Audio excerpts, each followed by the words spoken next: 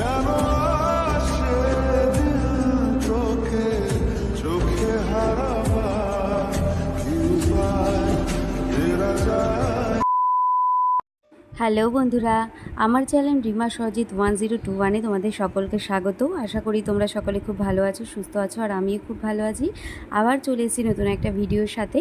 তো আজকে আমি চলে গেলাম শ্বশুরবাড়িতে, তারপর ওখানে গিয়ে একটু রেস্ট করে তারপর আমরা বিকালের দিকে বেরিয়ে গেলাম বাজার করার উদ্দেশ্যে। যেহেতু পরের দিন ষষ্ঠী পুজো ছিল, ওই জন্য পুজোর জন্য কিছু বাজার করার ছিল, তাই আমি আর আমার শাশুড়ি মা বাজার করতে এসেছি। তো এখান থেকে আমরা ফলগুলো কিনে নিয়েছিলাম। ফলগুলো কিনে নেওয়ার পর আমরা একটু সামনের দিকে গেলাম, এটা হলো হাবড়া বাজার। তো সামনের দিকে যাচ্ছিলাম পুজোর অনেক সামগ্রী কিনতে। তারপর দেখো এখানে গিয়ে আমরা একটা তালপাতার পাখাও কিনে নিলাম। আর এখানে দেখো মুদিখানার দোকানে অনেকটাই ভিড়, যেহেতু পরের দিন ষষ্ঠী পুজো ছিল। যত রাত হচ্ছে ততই যেন ভিড় বাড়ছে, যেহেতু পুজো আছে প্রত্যেকটা ঘরেই, এখানে ষষ্ঠী পুজো হয়, তাই যতই রাত বাড়ছে ততই যেন এখানে বাজারে ভিড় বাড়ছে, যেহেতু সবাই পুজোর বাজার করতে আসছে। তারপর দেখো আমি আর আমার শাশুড়ি মা বাজার কমপ্লিট করে আমরা বাড়ির উদ্দেশ্যে যাচ্ছিলাম। তো বাড়ি যেতে যেতে আমাদের অনেকটাই রাত হয়ে গেছিলো, তাই খাওয়া দাওয়া করে ঘুমিয়ে পড়েছিলাম। তারপরের দিন সকালবেলা উঠে দেখো এই যে ষষ্ঠীর অনেক রকম নিয়ম থাকে, অনেক পাতা এক জায়গায় করে পাখার সাথে বেঁধে পুকুরে স্নান করতে হয়। যেহেতু আমাদের বাড়ি থেকে পুকুরটা অনেকটাই দূরে ছিল, আর আমি যেহেতু সাঁতার কাটতে পারি না, তাই সেটা আর সাহস করে পুকুরে গেলাম না। তাই শাশুড়ি মা বললেন তাহলে পুকুরে যাওয়া লাগবে না, আমরা কলে স্নান করব। তাই আমরা দুজনে কলে স্নান করে নিলাম। ষষ্ঠী পুজোর অনেক নিয়মকানুন আছে, সেগুলো হয়তো আমার অজানা, তাই আমি ষষ্ঠী পুজোর অনেক নিয়ম আজকেই জানলাম। খুব ভালো লাগলো এই ষষ্ঠী পুজো অংশগ্রহণ করতে। যেহেতু আমাদের বাড়িতে ষষ্ঠী পুজো ছিল না, তো আমার শ্বশুর বাড়িতে ষষ্ঠী পুজো আছে, তাই আমি এখানে এলাম এই ষষ্ঠী পুজো করতে। তো আমার কাছে এই পুজোটা একেবারেই নতুন ছিল, তো খুব ভালো লাগছে এই পুজোয় অংশ নিয়ে। যেটা এতক্ষণ ধরে তৈরি করা হলো, এটা নিয়ে স্নান করে তারপর এটাই আবার পুজোর ওখানে রাখতে হবে পুজো করার জন্য। তো দেখো খুব ভালো লাগছিলো এটা দেখতে। তারপর আমাদের বাড়িতে একে একে সবাই আসছিল, কারণ সবাই মিলে আমাদের বাড়িতেই পুজো করবে। যেহেতু ষষ্ঠী পুজো নাকি একসাথে করলেই ভালো হয়, তাই সবাই আমাদের বাড়িতেই একসাথে মিলে পুজো করছিলাম।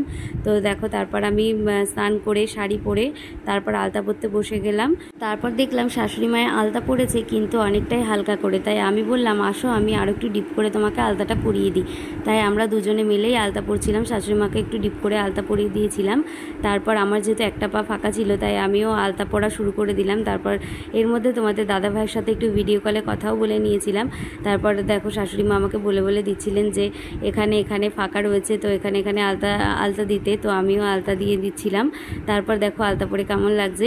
তো বেশ ভালোই লাগে আমার আলতা পরতে, পুজোর দিনে তো আলতা পরতে আরও বেশি ভালো লাগে, যেহেতু বাড়ির পুজো বলে কথা। তো দেখো সবাই আমাদের বাড়িতে রেখে গেছে। আর এই যে আমার জগন্নাথ, তো আজকে যেহেতু বাড়িতে পুজো, তাই জগন্নাথ দেবকে ভালো করে স্নান করিয়ে নিচ্ছিলাম পঞ্চামৃত দিয়ে।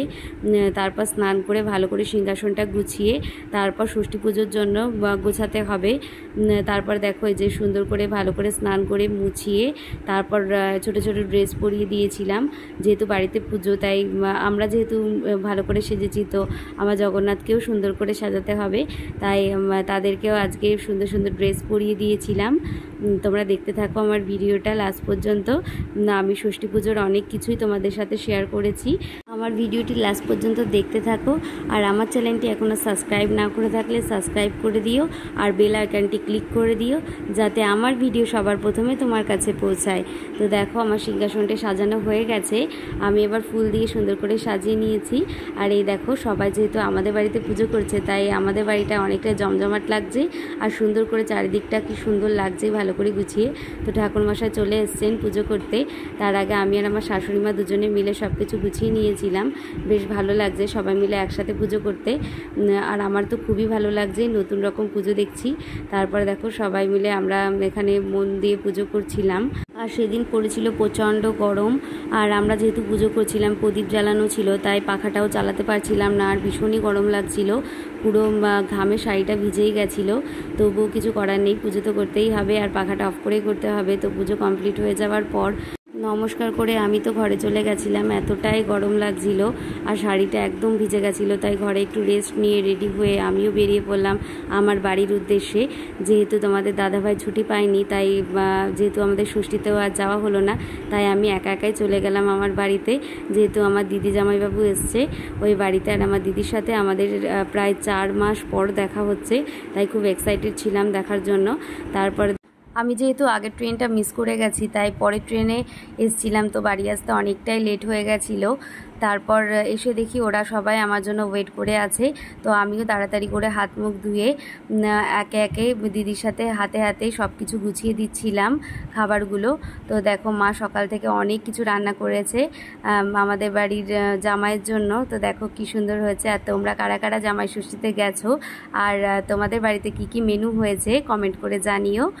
এই যে আমার জামাইবাবু, তো ভিডিও করতে খুবই লজ্জা পাচ্ছিল, তবুও আমি জোর করে ভিডিওটা করলাম। তারপর দেখো এই যে দিদির দেওর, তো একদম পুচকে। তো দেখো আমরা সবাই মিলে খেতে বসে গেছি। তো আমি একটুখানি ভিডিও ক্লিপ করে নিয়েছিলাম, যেহেতু ব্লগ করছিলাম ওই জন্য একটু ভিডিও না করলেও ভালো লাগছিল না, তাই একটু ভিডিও করে নিলাম। তো খাওয়া দাওয়ার পর রেস্ট করে আমরা বেরিয়ে পড়লাম মেলার উদ্দেশ্যে। তো দেখো এ হলো রিজয়, আমার দিদির দেওর। তো ওই আমার সবকটা ভিডিও একদম খুব ভালোভাবে দেখে। তো তারপর আমরা বেরিয়ে পড়লাম মেলার উদ্দেশ্যে। গরমের মধ্যে মেলাতে একদমই ভালো লাগছিল না, তবুও চলে এলাম, যেহেতু বাজারে এসেছিলাম একটা কাজে, আর পাশেই মেলা ছিল। আর এই মেলাটা প্রতিবার জামাই ষষ্ঠীতেই হয়, তো পাশেই যেহেতু মেলা হচ্ছিল তাই একবার দেখেই যাচ্ছিলাম। তো দেখো এই ফুলগুলো কি সুন্দর লাগছিল। তো মেলায় এসে গরমের মধ্যে একদমই ভালো লাগছিল না, তাই তাড়াতাড়ি করে মেলাটা ঘুরেই আমি বাড়ি যাওয়ার কথা বলছিলাম। তো দেখো তারপর চোখে পড়লো এই দোকানটাতে খুব সুন্দর সুন্দর চাবি রিং আর হেয়ার ব্যান্ডও ছিল, খুব ভালো লাগছিল। তারপর এই যে বেলুনের দোকান দেখতে পেলে তোমরা, ওই বন্দুক আর বেলুন ফাটানোর দোকানটা, ওটাতে তোমাদের দাদাভাই এত ভালো টিপ মানে করতে পারে যে এখান থেকে অনেকগুলো প্রাইজও জিতে নিয়ে যায়। আর এই দেখো কানের দুলগুলো কি সুন্দর, তাই না? চুড়িগুলোও খুব সুন্দর লাগছিল। তো আমি এখান থেকে কিছু শপিং করিনি, যেহেতু বাড়িতে অনেক কিছু শপিং করা একই রয়েছে, তো মেলা থেকে এই জন্য আমি কিছু কেনাকাটা করিনি। তারপর আমরা মেলার একদম শেষের দিকে এক্সিটের দিকে যাচ্ছিলাম। তারপর আমরা মেলার থেকে বেরিয়ে আইসক্রিম খাচ্ছিলাম। তো আমাদের ভিডিওটা আজকে এখানেই শেষ করছি। সকলে ভালো থেকো, সুস্থ থেকো। আর আমার ভিডিওটি ভালো লাগলে অবশ্যই একটা লাইক করে দিও। আর তোমরা জামাই ষষ্ঠীতে কেমন করে কাটালে সেটা কমেন্ট করে অবশ্যই জানিও। আর কাদের কাদের হাজব্যান্ড জামাই ষষ্ঠীতে ছুটি পেলো না সেটাও কমেন্ট করে জানিও। সকলে ভালো থেকো, সুস্থ থেকো। আবার দেখা হচ্ছে পরবর্তী কোনো ভিডিওতে। তো আমার শরীরটা অসুস্থ থাকার কারণে আমি ভিডিও দিতে পারছিলাম না, তো এখন সুস্থ হয়ে গেছি, তাই আবার দেখা হবে তোমাদের সাথে প্রতিদিনের ব্লগে। তো আমার ভিডিওটি ভালো লাগলে অবশ্যই একটা লাইক করে দিও। আর চ্যানেলটি সাবস্ক্রাইব না করে থাকলে চ্যানেলটি সাবস্ক্রাইব করে দিও, আর বেল আইকনটি ক্লিক করে দিও, যাতে আমার ভিডিও সবার প্রথমে তোমার কাছে পৌঁছায়। Thanks for watching.